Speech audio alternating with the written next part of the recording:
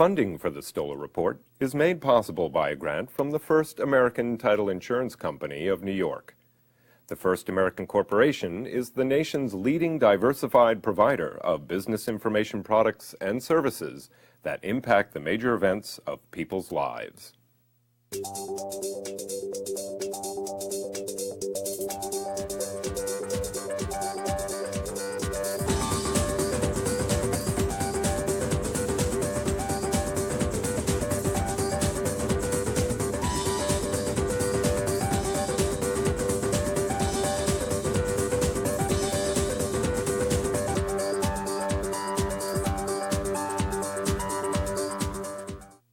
Hello, my name is Michael Stoller, the host of the Stoller Report, Real Estate Trends in the Tri-State Region.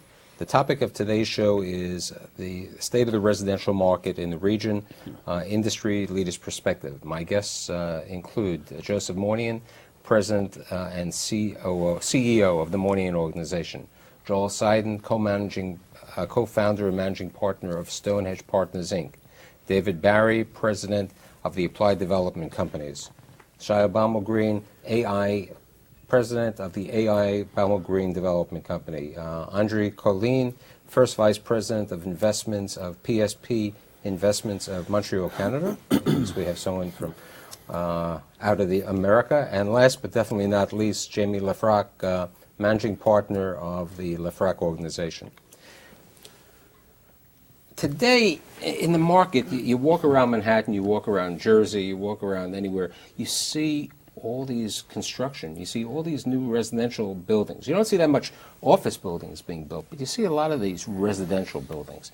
You know, you walk on 8th Avenue, you see what Joe just finished 2 buildings. If you go to New Jersey, the Lefraks and the Applied people, the Barry people have things in Hoboken, Jersey City, Long Branch. If you go, there is a section called Brooklyn, okay? Shia happens to have a number of projects in Brooklyn and Manhattan. Is the residential market becoming overbuilt? Joe? I once heard that before the Second World War II, there was some number of 40,000 dwellings a year that was being built. And I always keep that number in mind. And when I see the number of units being developed and built, which are well over 10,000 a year right now, it gives me a good feeling that we are not overbuilt. Also, I feel since New York is a very in city, very fashionable city, is the in place. I think is every college graduate's dream to live in New York for a few years as soon as they graduate. Wait. You know, the guys from New Jersey, right? You know, I mean, Jamie a couple of months ago was speaking at the Newman Institute of Baruch College, which is part of the CUNY network, and the topic was Jersey City. Right. Is it the 6th borough? Right. Okay. But Joe just identified my customer, which is people who, and David's customer, which are people who have recently graduated college, have a job that's going to pay them $70,000, $100,000 a year, and simply cannot afford to live in Manhattan, which gets back to what your original point was, is New York overbuilt? And the answer is, of course it's not. If it were overbuilt, it would be inexpensive to live in New York. Okay, but you know, let's look at something that happened. Andre, in his prior life as president of Kadim, okay, came over here. I think your first investment, 1994. 1994. Okay, and real estate's a cycle. You invested with Joel and Ofer, and you bought a building that Citibank had. What how big of a mortgage was on it? I think about 130 million. Yeah, it was huge, but we bought the remaining co-op units that were for sale. Right. It was the Boulevard corner of 86 and right. Broadway. That was the Boulevard. Yeah. Okay, that was one of them. Yeah. And then, but you went in 1994, and then you bought the Ritz. The Ritz was 1996, yeah. We bought Okay. several buildings in between. Right, but what I'm saying is, here is the company, you know, from the Royal Canadian Mounties, you know, the hockey homes and everything. They come, okay, they come over here. and you decide to come to America, okay? And not to America, come to North America, okay? You had buildings that were bankrupt. The Boulevard was bankrupt. The Ritz was bankrupt. There were plenty of buildings that were bankrupt, okay? Why'd you come here? Well, residential multifamily properties were very attractive, and I think, Joe, to your earlier point, there's a lot of movement back to the city, so that's why, there's a lot of residential in demand. But in our case, we, prior to that, was a single market, two strategies, needed to expand, so we went to the United States, which was natural. And why New York? Opportunity-driven. There was some great opportunity. I think the market for residential properties were as low as it was here in New York. And we had great partnerships, so that allowed us to start and find some property. It was tough for us because probably we're one of the few institutions, certainly a foreign one, coming in, and getting a 30-day due diligence was something difficult to get, where people just walk and buy the building. Were people buying buildings in 1994, walking by without any due diligence? Yes, not as, I don't think as it's happening today. Today they do it due to a fierce competition. They do it with less digging into Okay, the but building. let's talk about, I think what you brought a very good point with the 40,000 units, Right. okay? Because with the 40,000 units, we still have less than a 3% vacancy. Correct. In the 5 boroughs, okay? That's what the true vacancy is. Yes, Jane? That's because, the unspoken statistic that's part of that whole package is that about 1/4% of the housing stock in the city of New York literally depreciates out of existence every year. So it's great and all that, there were times when we added 40,000 units a year. That was when the barriers to construction in the city and everything else was a much easier place to deal with. Now it's 10, which is sort of a banner number. But every year... 10 is a high number. In a couple of years, we didn't even have I don't think that 10,000 in a city of 9 million. I think I wouldn't go to 40. I would go to 50,000 a year, because I know different countries.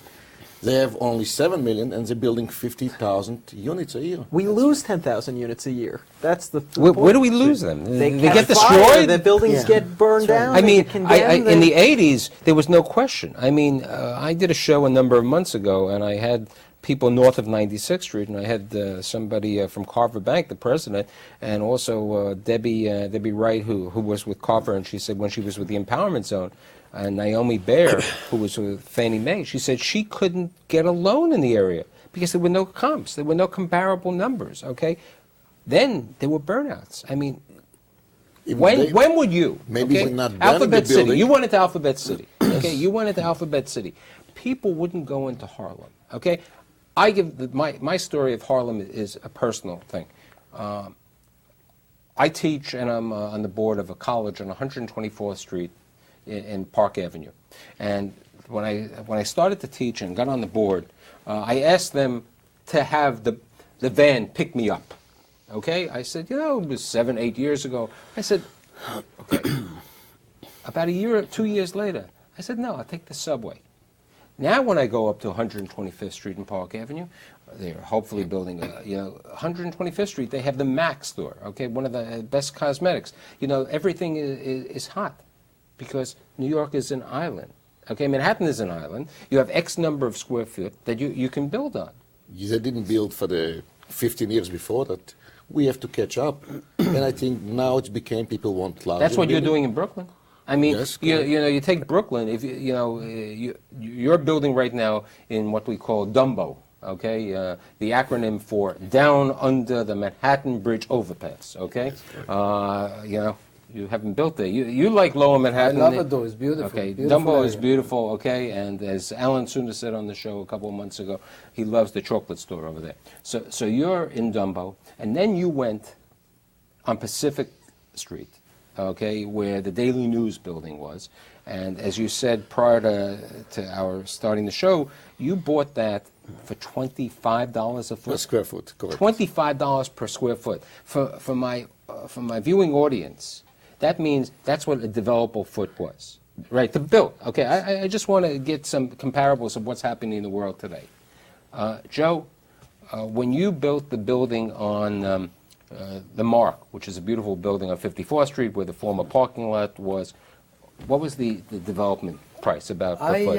I remember paying Michael over $100. Okay. And for a while, my best friends didn't believe in me. They said we're a little. They thought that I overpaid. Okay, so you paid. Okay, Shia did this a couple years ago at $25. You did the Mark, which just recently opened for $100 a square foot. Okay, Joel and Andre, on some of your recent acquisitions, because your buildings are established buildings where you renovate. What do you think? We paid for the completed Ritz about $150. Okay, so you paid $150 for a completed building. I bought less than a year ago, 15 Broad. Okay, A million 15 square Broad Street, foot. which is, you bought, which was the former home of J.P. Morgan. Correct. Okay, how much did you pay for it? $100 a foot. You paid $100 a foot today. And they thought I paid too much. Okay, And so- I grabbed it away from Okay, people. so we're listening to this. Okay, we'll get to Jamie. They own property that Grandpa was a visionary in Jersey City. Okay, and prior to the show, David was saying that Hoboken. What are you paying? Not now, let's say 2 years ago per foot. For dirt? For dirt. FAR, as we call it. I mean, dirt. well, the developable price foot, have increased dramatically over the last couple of years, as we discussed. Yeah, I mean, but now, would you say in the last year? in the 2 years ago. I was just trying to get a... I think that prices in that waterfront market have gone from, say, $30 or $40 in FAR for residential dirt to $80 or $90 right now. Okay, Okay, and now... in those waterfront locations. Okay, and Jamie, not for the property that the Left Rack organization bought these 600 acres in 1983 in Newport, okay? What do you think land is going for in Jersey City today? No, I think David hit the nail on the head. Okay. It's really the same market. It's that same $80 to $100, Okay, and fine. it's condo driven. But Yes. what I'm trying to do is there's a reason to my madness. Okay, my madness now talks about 4 weeks ago there were 2 tracts of land in Manhattan.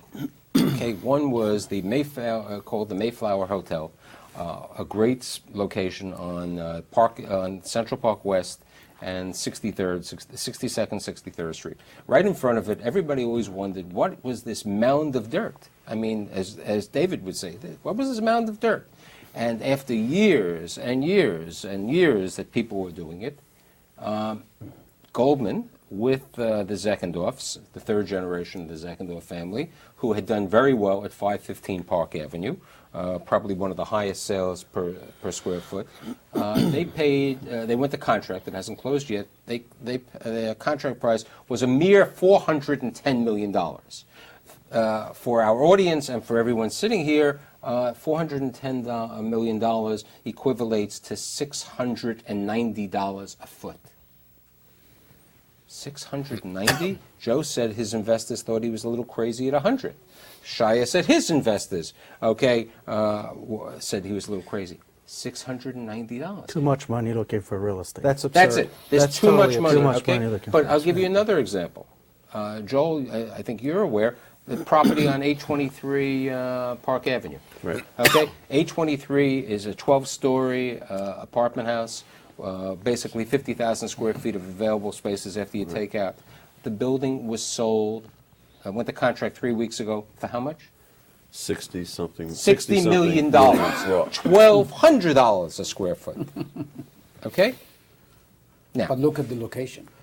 location. Look at the But look at the sellability.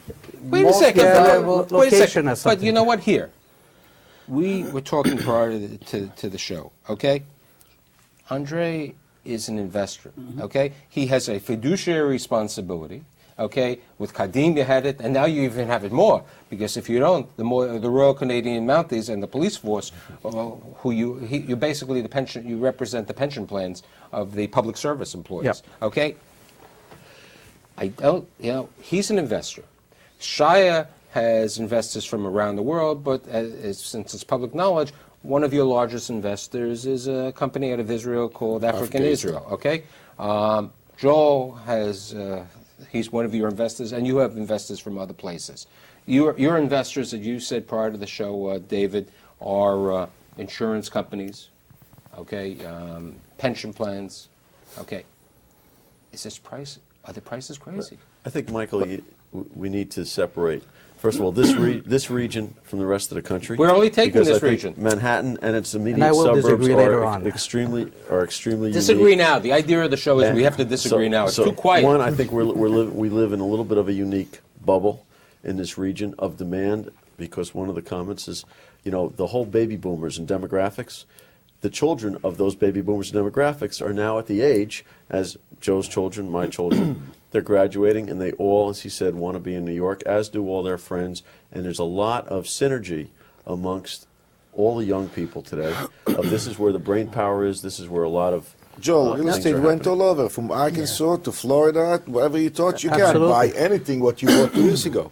Right. The and magnitude may be So different it's not here. only New York. New York Yes. reached the top. Yeah. New Of York course, is we're the top. always on the top. So Yes. we reached But the the top. top, yes, Andre. There's many things happening here, but there's too much money in the industry. Pension fund, us and others are looking for return. They don't make the return on the bonds. They don't make the return on the stocks. They go for private equity and real estate.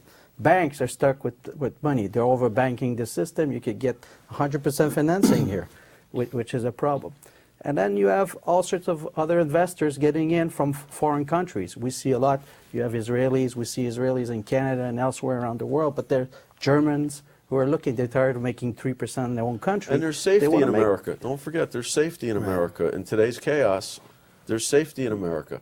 I don't think that the lenders making the business, our customers, they're driving the business. I agree with they you. keep buying. I agree with that, and that's why $1,200 a foot on Park Avenue That's land. is in a lot of ways less absurd sounding than $700 on the West Side, because you can envision the 12 people that are buying Yeah. in that You know what? building, and Jamie, $2,500 I a think, foot, they'll Jamie, pay whatever it my is. reason for problem for bringing them. that up, that's 12 units, okay? That was 12 units. The property on Central Park is going to be 500 units, okay? 12 units, you can build it. Somebody wants a floor on 75th and 76th Street in Park Avenue. It's a different case, okay? Shia is building, completing in Tribeca, right? 67 apartments. 67 apartments. Almost, we're talking about $1,200 a square foot sales. It's 90% sold. And I don't know where the people. Yes, we have few actors over there. Wait a second, wasn't there public, one of the major movie stars? Yes, I cannot say, but if you saw it, Yeah, in New York Times, it was the New York Times, a major it was movie on star. Saturday, so I didn't see the paper, so Okay. I heard about it. Right. But yes, it's $1,200 a square foot they're paying. Those people, some of them, they bought for probably $600 a square foot, and they're selling for 8 or 9, and they're buying by me in 12.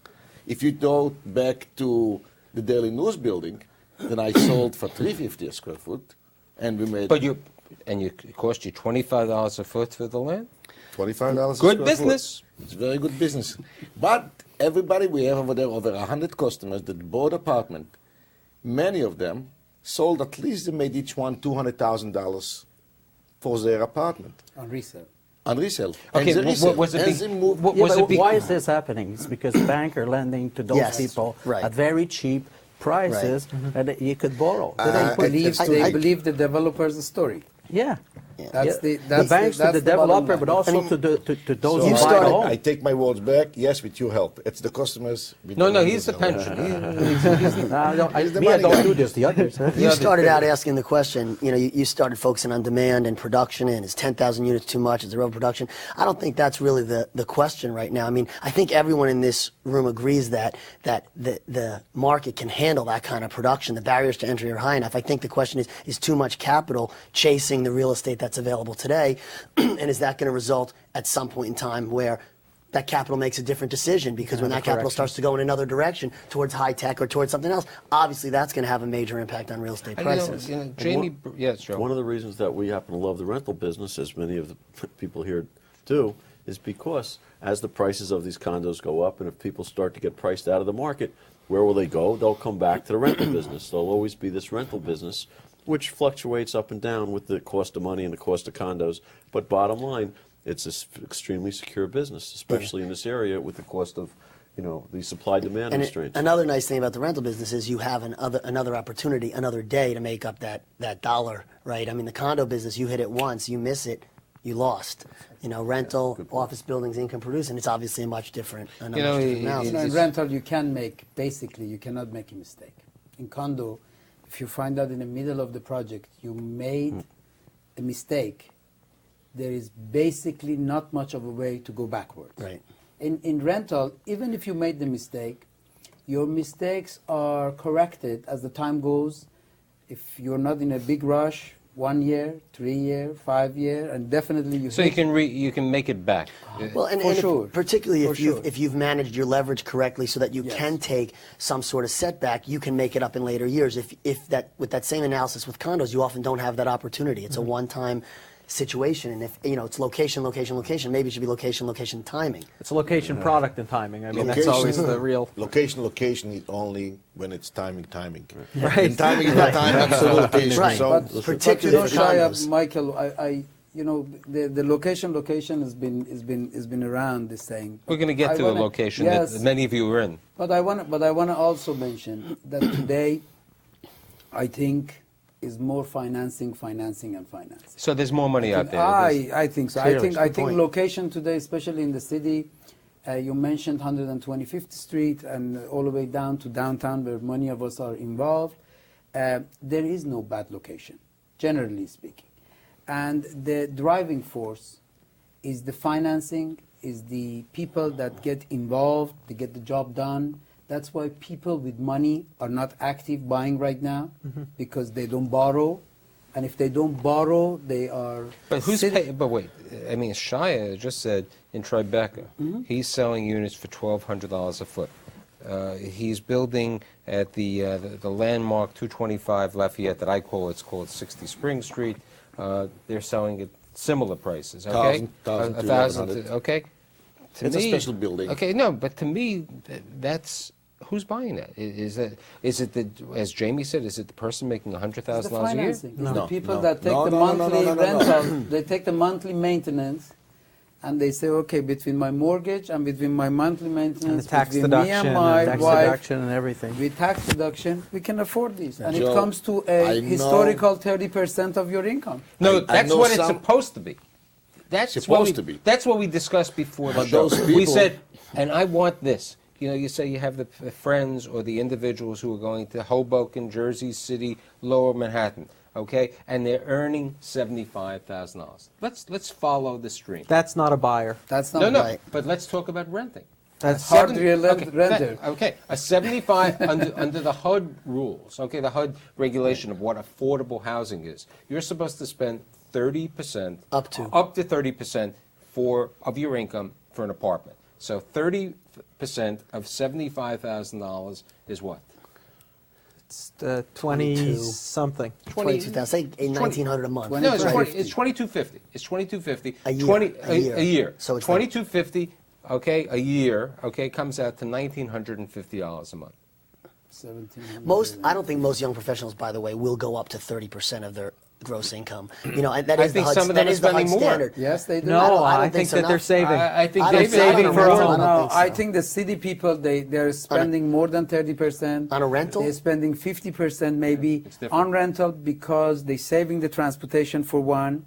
They're saving the time of And transportation. they get the cachet and enjoyment of And the living in the cachet city, and the yeah. enjoyment, exactly, because they find the They're paying to be in the places, mall. the theaters and the Yeah. movies and all the parks and all of that in Let's the look city. at that as an You also example. keep in mind you have appreciation when you buy today and you go and you pay more than you can afford, or the rental, Right. Especially if mortgages you're help somebody you. that got burned in the You know, stock you're gonna market make a a lot couple of. of You just times. said your people resold their units and made a couple $100,000. but they work hard to make they a couple went $100,000. next day and they bought another apartment.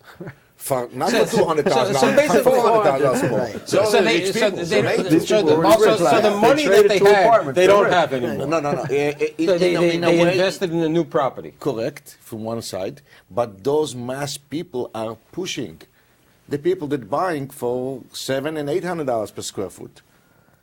And as it going and go back to Spring Street or Tribeca, I know some of the buyers, they don't look on the interest rate. They was waiting, most of them or some of them was waiting for the bonuses in March, and they come with a big bonus, they put it on the table. So the mortgage over there is a small mortgage. It's no danger to this apartment. These are people that buying apartment between $2 and $3 million. This is not Right, the regular people. but you that know we what? And you're not talking about, yes, you're talking about 48 units, you're talking about 60 units, you're not talking a building which is 500 units. You're talking about a different degree. In this, do you have thousands of these units in Right, the you have, city? you have a lot of thousands. Okay, let's try to focus to lower Manhattan for a second, okay? In 1979, okay, I think the first person sitting here, and it wasn't you, it was your father and your grandfather, in 1979, it really happened in 1976, they completed the World Trade Center. They had a lot of dirt, and the dirt was put in as fill on the Hudson River, which then became Battery Park City. And Battery Park City, somebody was a visionary, okay? Somebody was my grandfather, Right. who went over there at a time when no other developer would look at the project because it had too many hurdles from a approval standpoint, and there was no pre-existing market there, and everyone at the time thought that that was going to be a place where the office cleaners of Wall Street would go to live, and the state planned what I would call a very austere-looking Mitchell-Lama project for ultimately, 30,000 units, give or take, down there.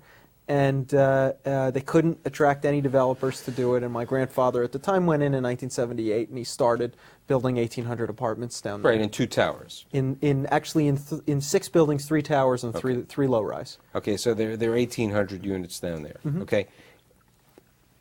Downtown, for many years, even though they built that, it wasn't until Giuliani made some tax changes in like 1994, and with the 421Gs and some other things, and people like yourself Yes. and the Alganians, Yes. okay, developed and started to build, took buildings which were C buildings. Practically empty.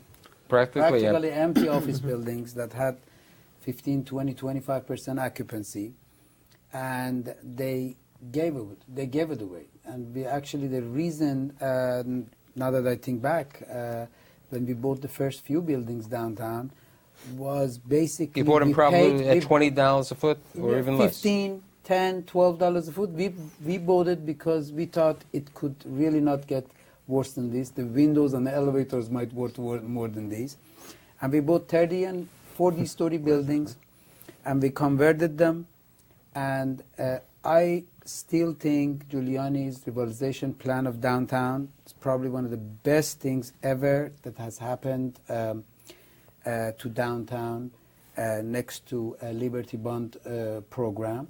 And some projects are still going on under the same Right. 421G program. Okay, but now let's go back a couple years, because the same gentleman who was the visionary in 1978 one day walked out. He was a member of the Explorers, I think. He was. Okay, He was.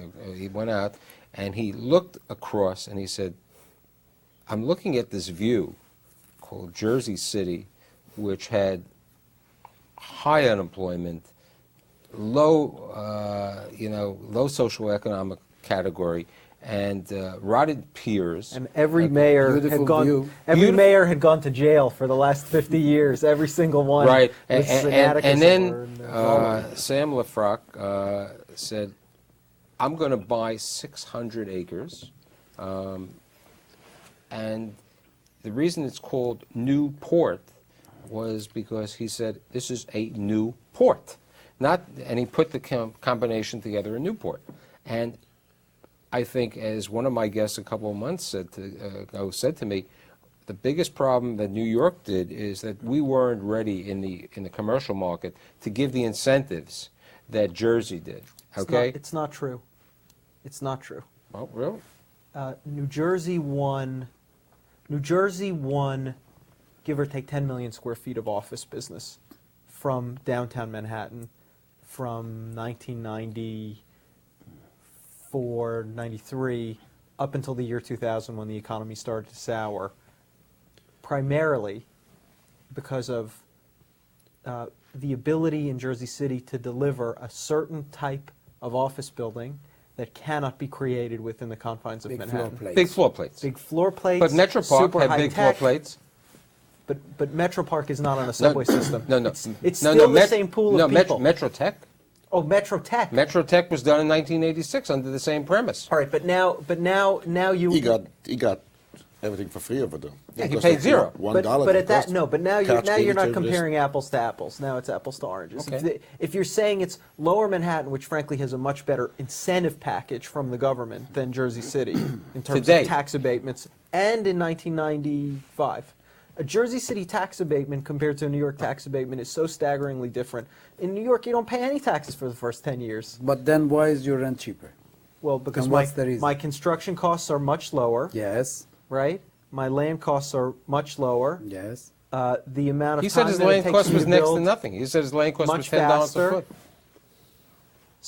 So on balance, I can make up, even without the incentives, the crazy incentives that New York gives away, I can make up on all of my costs such a huge difference. I think Gargano would love you to talk that the incentives are so great, okay? This is coming from a Yeah, background Joe, that Dave and see, I'd like to Dave ask and I you a deal with question. every day, where it's Right. quite What challenging. fundamentals in that today could change the activity of the marketplace? In other words, is overbuilding a risk factor? What's going to happen as interest rates move up? What's the risk factor You know, there? I hate to so bring one out- of my questions is, and- what is going to be the break, if there is going to be one, to this environment? I'm trying to get to Lower Manhattan for two reasons, and it relates to this question. Okay, Jersey City over there, the Barrys, the Applied, you built a lot in Jersey City, you went to Hoboken. Okay. Unfortunately, we had tragic events on 9/11. 9/11 events had a major effect on Gateway. One of your buildings was closed for 2 months. All of them were closed. Okay, they were all closed. Okay, and as Tom Alganian said on the show, he said everything that we owned downtown was closed.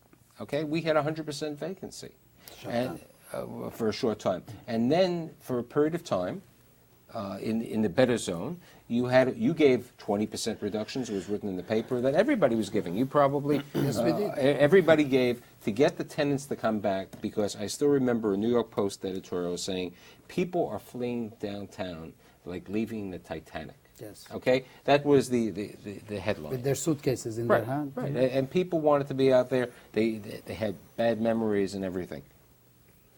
Today, Shia Obama Green, okay, buys 15 Broad Street.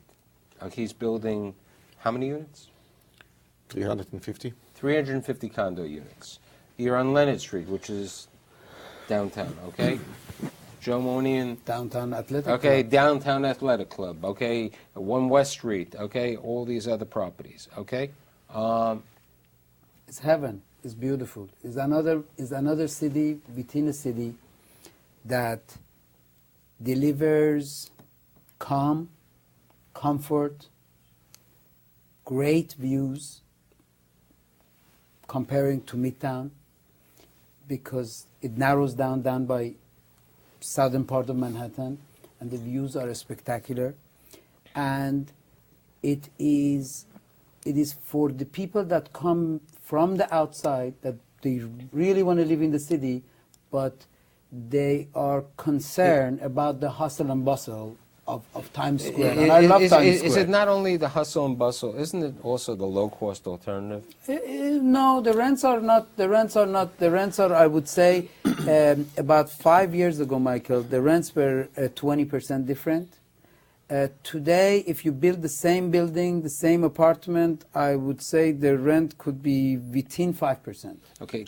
I want to add to Joe what he said. Not only the view, every building is a special building. If you look Yes. carefully to every corner, to every building, it's landmark, it's beautiful. But It's those very are special. landmarks. Has the European And touch. The European touch. If you look over there, you can see Wait. Paris and London, the old one. And after all the power that you feel a whole day, by 5 o'clock it's getting quiet, and Yes. you transform into a home. Yes. That's the feeling that you have over there. Yes. Instead of, like you said, Midtown, that continue. Nothing wrong with Midtown. We love Midtown. But Wait a second. Downtown is a He's beautiful- talking that he loves downtown, but he Yes. just opened up a new apartment house on May 1st on 54th Street. Okay, he just Exactly. built it. Which Okay. is lovely. But you have the Central Park next to you in that building. Okay, and but the it's for other- a different customer. It's for a customer that lives within the area, whether it's in relation to show industry, the theater industry, the financial industry, and a customer that needs to be in that area. But the downtown area is the downtown buildings, which is probably, beside West Side, my favorite part of the island today. It's very beautiful. And I really, sometimes when I get very busy during the day, I make sure I make my appointments downtown, and I go downtown. And if you ever had a chance to go to Battery Park, Battery Park City and is beautiful. It's a different, it's a different It's a environment. different species. You don't it's a think jewel, is a jewel. It's like Hoboken, of the- New Jersey? Yeah, is a jewel. Is the first of all is the only major beautiful park that is on the water in New York, and it is the second biggest piece of greenery in island of Manhattan. And where else do you go beside Hong Kong and Istanbul and all the most beautiful cities in the world, where you see the boats come and go with the trees and the birds, and now we have a gorgeous restaurant opened up in the Battery Park. I mean, I really, truly love it. It's a great way of spending the afternoon. I have a question. I have a major investor who's been investing for 10 years in New York. Yeah. I have a major owner, okay, who's been purchasing in this lifetime in New York, okay? I know your portfolio. You don't own anything in downtown. Neither one of you. No. Why? I mean, well, I'm listening, and I'm not, I think we're all positive. What everyone is saying, you know, downtown is beautiful. It has a difference. There's amenities. It's unique. I will tell you, I was there last Monday for a closing with the New York City Housing Development Corporation. And it was a 3-day closing, and afterwards we wanted to go to a place to catch a drink. We walked into the restaurant, and I said, "Are you open?" Guess nobody was there. It was very quiet. It was very quiet, okay? It wasn't hustle and bustle. But why have you very guys... simple, nothing to buy. He's starting It's to just- build. Wait, That's Shia true. just said 15 Broad? Condo. He doesn't buy individual I buy units. multifamily. No, There's wait, nothing to buy. no, Joe. Well, we Come on. looked at some properties next to Pier. Well, listen, we've been in Soho, which is yeah, well, there's a few different properties charming we love. location. No, I know. We're- you know, No, I'm just- we're I in was the, we're in going the into village, financial but district. as far as the financial district downtown, I think the bigger opportunities have been vacant buildings, have been more Which is developer, development which is based. more developer based, Development based. and we're more Correct. investor based. Yes. You know, But we'll and, go. This is I they're all absolutely gonna agree come. with Joe. This is And- wonderful. It's fantastic, and there's a lot of opportunity. It's Now, nothing wait. to buy. Now, you know, besides Manhattan, I think reading the rules, it said there are 4 other boroughs, okay? And in today's New York Times, the city plans to rezone overdevelopment neighborhoods in Queens. Now, and it says Jamaica, Ridgewood. I mean, I don't understand. Joe said before, even if we do 10,000 units, we still don't have enough units here. Okay? The LeFrak organization has this thing called LeFrak City. How many units there are? There's a lot of units there. How many? 5,000. 5,000 units. It is a city, okay? Yes. You know, so that's part of Queens. There are other developers in Queens besides you. But we have not built a building, a real building, you know, forget a new supermarket and a shopping mall. Right, we're talking about residential. We have not built a real building in Queens since the 1960s. Why not? Because the barriers to entry plus construction cost, which frankly are very close to the same costs that you have in Manhattan, But you don't get make the it same not rent. profitable. But you because can't get the rent. So look, if it were not, if we could go back in time to 1960, and we could experience that same cost difference that we used to have, where building in the boroughs was cheap and building in Manhattan was what it was, it would all pencil out again. But it doesn't work that way anymore. And in the Bronx? I don't think that much going on in Queens in construction.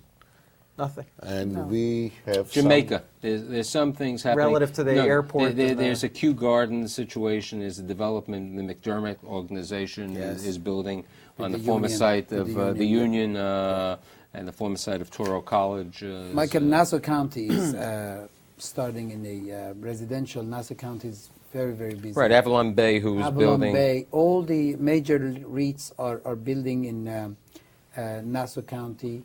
Suffolk County is also good, but not in the density that Nassau County is preparing to build. And in fact, their biggest issue right now is the shortage of housing in Nassau County. Right. Because you basically graduate and you get married and you have no choice. You have to buy a house, and a lot of people don't or cannot afford to buy a house. The only person that I know who's... Do you have anything in Brooklyn, or are you building in Brooklyn? No, I am. We are studying Brooklyn. You're studying Brooklyn. Yes. Shia went into, one of your buildings, the We Daily... have Park Slope. We have in Dumbo. Right, yeah, Park Slope. We have in Brooklyn now. You're more than 10 in Brooklyn. projects. You're in downtown Brooklyn also. Okay. Yes. Okay. There are other sections of Brooklyn that I even heard that they're going to redevelop Coney Island. Okay. That's and will then take time. okay, and then if you go into certain parts of Brooklyn, 2 months ago when I had Joe sit, he was talking to me about the Syrian communities. They're knocking down houses and they're building, at prices probably $1,200 a foot on Ocean Parkway. The problem is there are a lot of people who work and live in New York, who work in New York, who want to live in New York, but can't afford to live in New York. As they're coming to Brooklyn. Right. And we have already 3 million people. So just the growth within itself need a lot of housing. It is a shortage of housing. We're putting on the market in 30, 60 days, it's all gone. In Park Slope, we finished the project 2 months ago. It was sold before the building was up. We came in the market another Park Slope, Second Street. Brooklyn, in a way, is the easiest of the boroughs to make sense out of. Forgetting about Jersey for a second, which is actually much easier than Brooklyn, but Brooklyn, I hope so, because the two of you guys have a lot of developments in Jersey. We do, but Brooklyn makes particular sense because it has the leftover infrastructure of community, right? From after it failed in the 1970s, the buildings are still there, the storefronts are still there. The ease of access for all of these little community features to respawn is very quick. And it's an environment, a friendly environment for the developers. Look at Queens, what they tell me they're doing now. And by us, they're changing the zoning to build more and more of the corridor of 4th Avenue over there. and the downtown. And they're giving them more now what Ratner going to do over there. We talk another 7 million square foot to build that we have some part of it. Brooklyn is a friendly environment for the You're going to be developer. part of the stadium? Not the sport. We're talking about the real estate. I don't understand much in the area. But by the way, that same logic that there's a community, there's a little town, and activity that can sort of revitalize applies exactly to what David does in Hoboken. Yeah, but what David, and I'd like to bring out what David does in Hoboken, but also in addition to Hoboken, David is developing in Long Branch today an area. I mean, this was a destitute location, right? I mean, yeah, I wouldn't go so far as to say it was destitute. Honestly, I would say Asbury Park was a destitute location. I think Long Branch was actually a step up and was a little bit more working class. But the story there is there really had been no. Bruce Springsteen would be very upset with you if you said that. Okay. Well, Bruce is an Asbury Park guy. I know. Yeah. Well, he knows it better than anybody. But the story in those towns really was that they were once grand towns back 50 years ago, 75 years ago. The advent, the automobile, the airplane, all those things changed.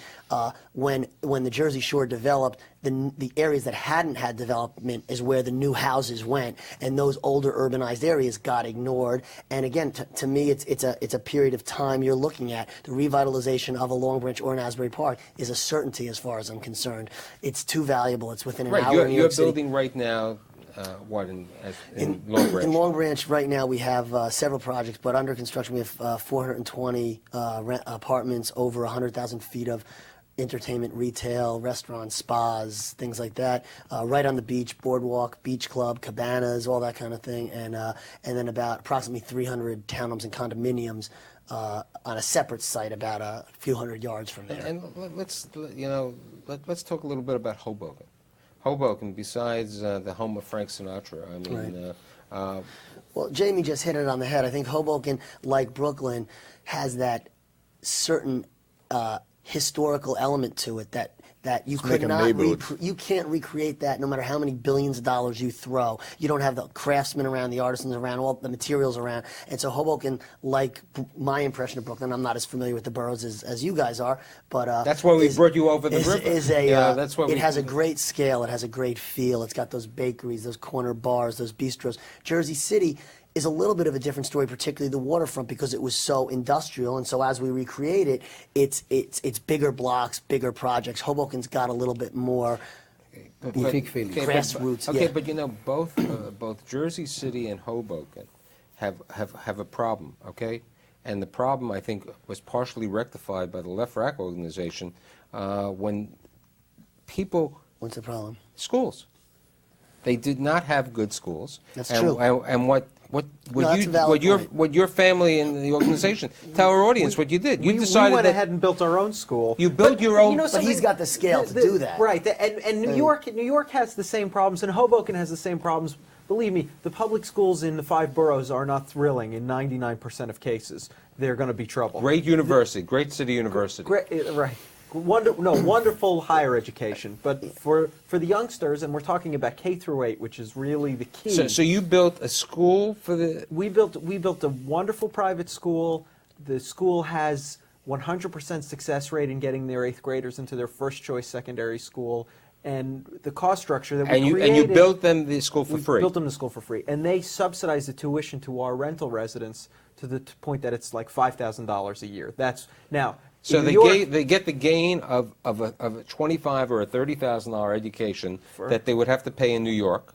which is the same as their rent. So the difference in the school price is what I charge in rent. So you were creative to market. Now, what Yeah, about... Well, I mean, Jamie's got incredible scale at Newport to do that. You know, I mean, you need that. I mean, he's got 4,000 apartments and 5 million feet of office sitting within a few blocks there, okay? Right. It's valuable for him as well as it's an altruistic endeavor, I'm sure, but it also adds value to that real estate. I think the broader point that you brought up is that the schools are a problem in the urban areas of New Jersey as they are in the boroughs, perhaps. Right. Yeah. I think Jamie is correct. And- I mean, people fight. You know this, Joe. You know, people want, if their children are going to school here, am I going to get into PS6 or am I going to get into PS1? Okay, am I getting into Stuyvesant High School or Bronx High School or am I going to get into the right yeshiva? You know, It's worse. They're begging to pay begging to get their kid into the right private school so they can pay $30,000. It's even that's not a market scenario. And I think it's you also touch on a broader issue. It's a regional issue. It's a national issue in that the urban schools in this country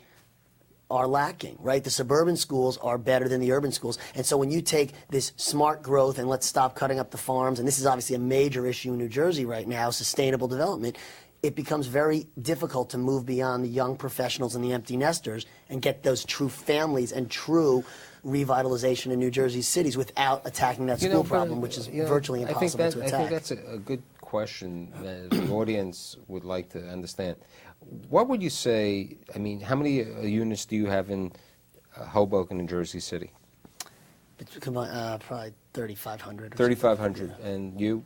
About 5,000. Okay, so we have 8,500 units. If you had to say that, what is the average age? Do we have anyone who's in their 50s? I mean, Yes. Yeah, or would you say 70% are between? Before and after school, mine went from 27 to 33, like overnight, the average age. So before school, they would walk out at 27. Well, they were walking out somewhere around 27. Yeah. Okay.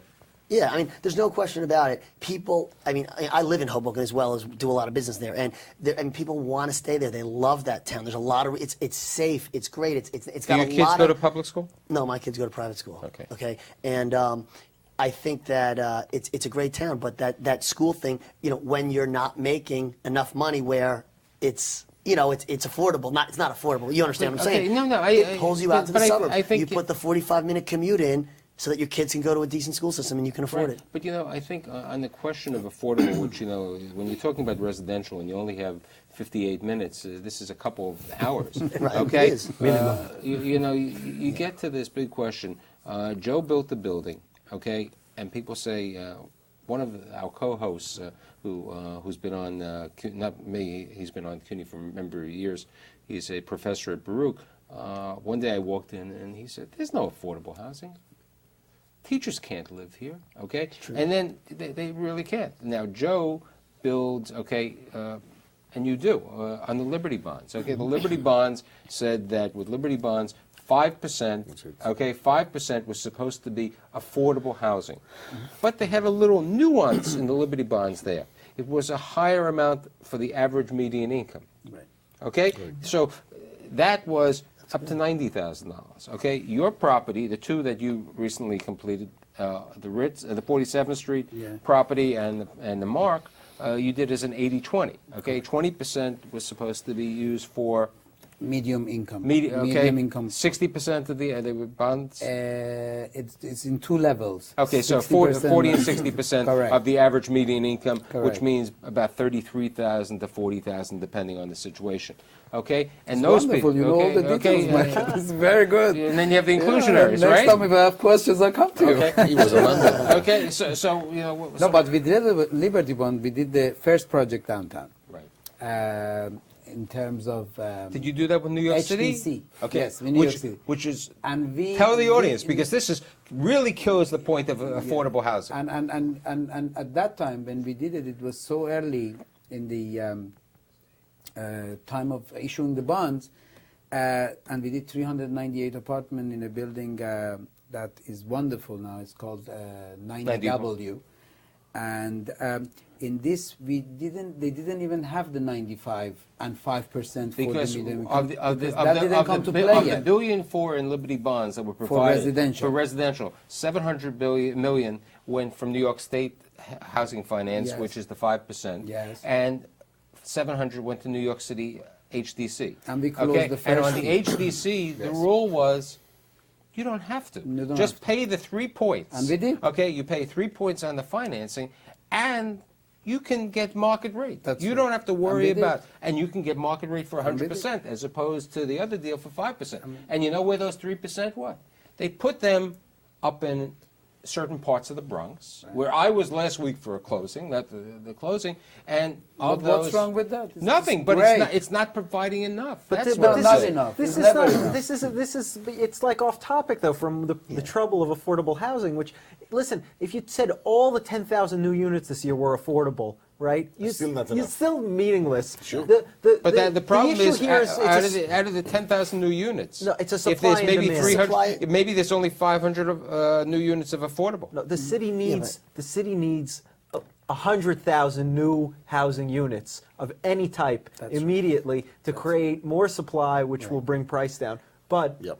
the barriers to the creation of the new units between the borough land prices and construction costs and the absurd Euler process and all of the things that go along with working Makes in it the very city difficult. make it impossible to Make create. it Right. We were And- just and you know what? discussing at dinner, correct? We are having conversations. Can you afford to build rental today without subsidies?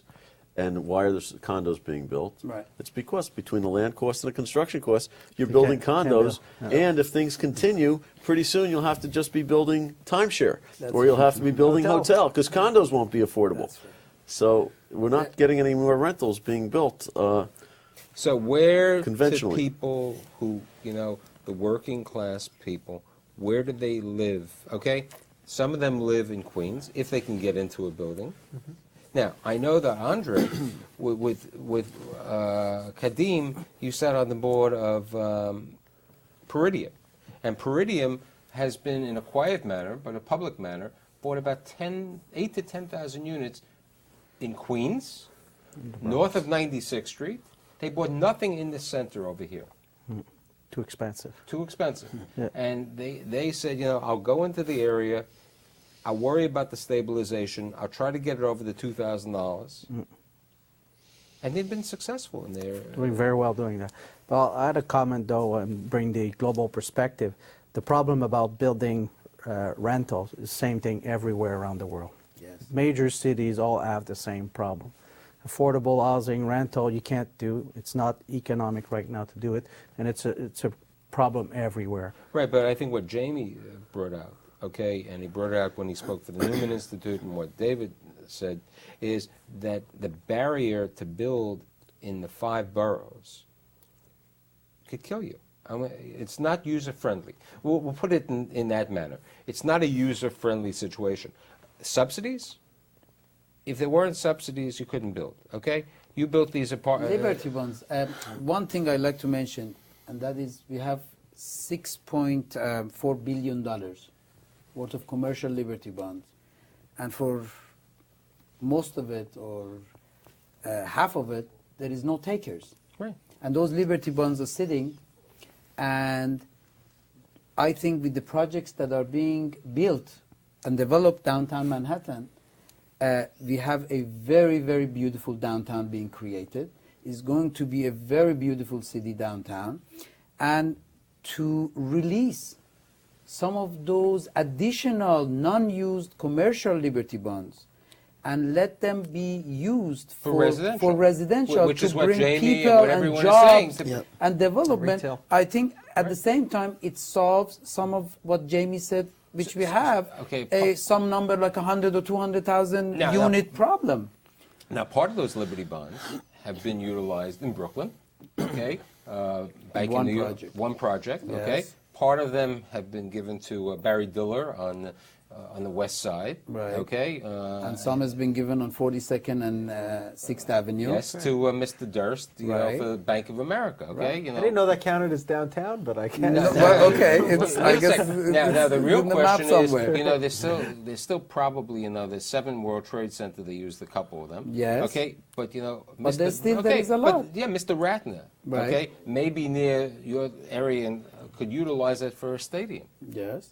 Or I'm sure Mr. Silverstein will use a big chunk, but still there should be a good amount being spread out through downtown, below Canal Street, to get the production of apartment that serves many purposes solved. Okay. It's very important. As I said, when you're talking about residential, you need hours, okay? And when you have 58 minutes, you don't have that much time, but you do have great guests. And I really appreciate on the final show of the season, but come back September, we'll be back, and this summer will be repeated also, okay? I'm really happy that I've had top-notch people who truly understand what's happening in the residential. I'd like to thank Joseph Moynihan of the Moynihan Organization, Joel Seiden of Stonehenge Partners, David Barry of the Applied Development Companies, Shia Beaumont-Green of AI Beaumont-Green Developers, our friend from Montreal, okay, Andre Colleen of PSP Investments, and our guy from Brooklyn, Queens, Jersey City, and downtown, Jamie Lefrak. What? Our blue-collar guy. Our blue-collar guy, Jamie Lefrak of the Lefrak Organization. Thanks. Thank you for all being here, and we'll see you next month.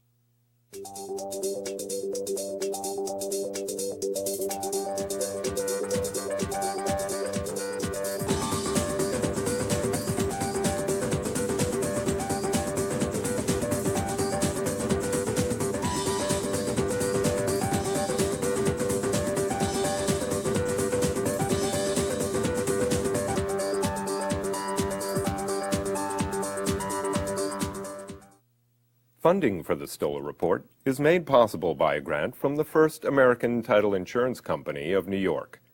The First American Corporation is the nation's leading diversified provider of business information products and services that impact the major events of people's lives.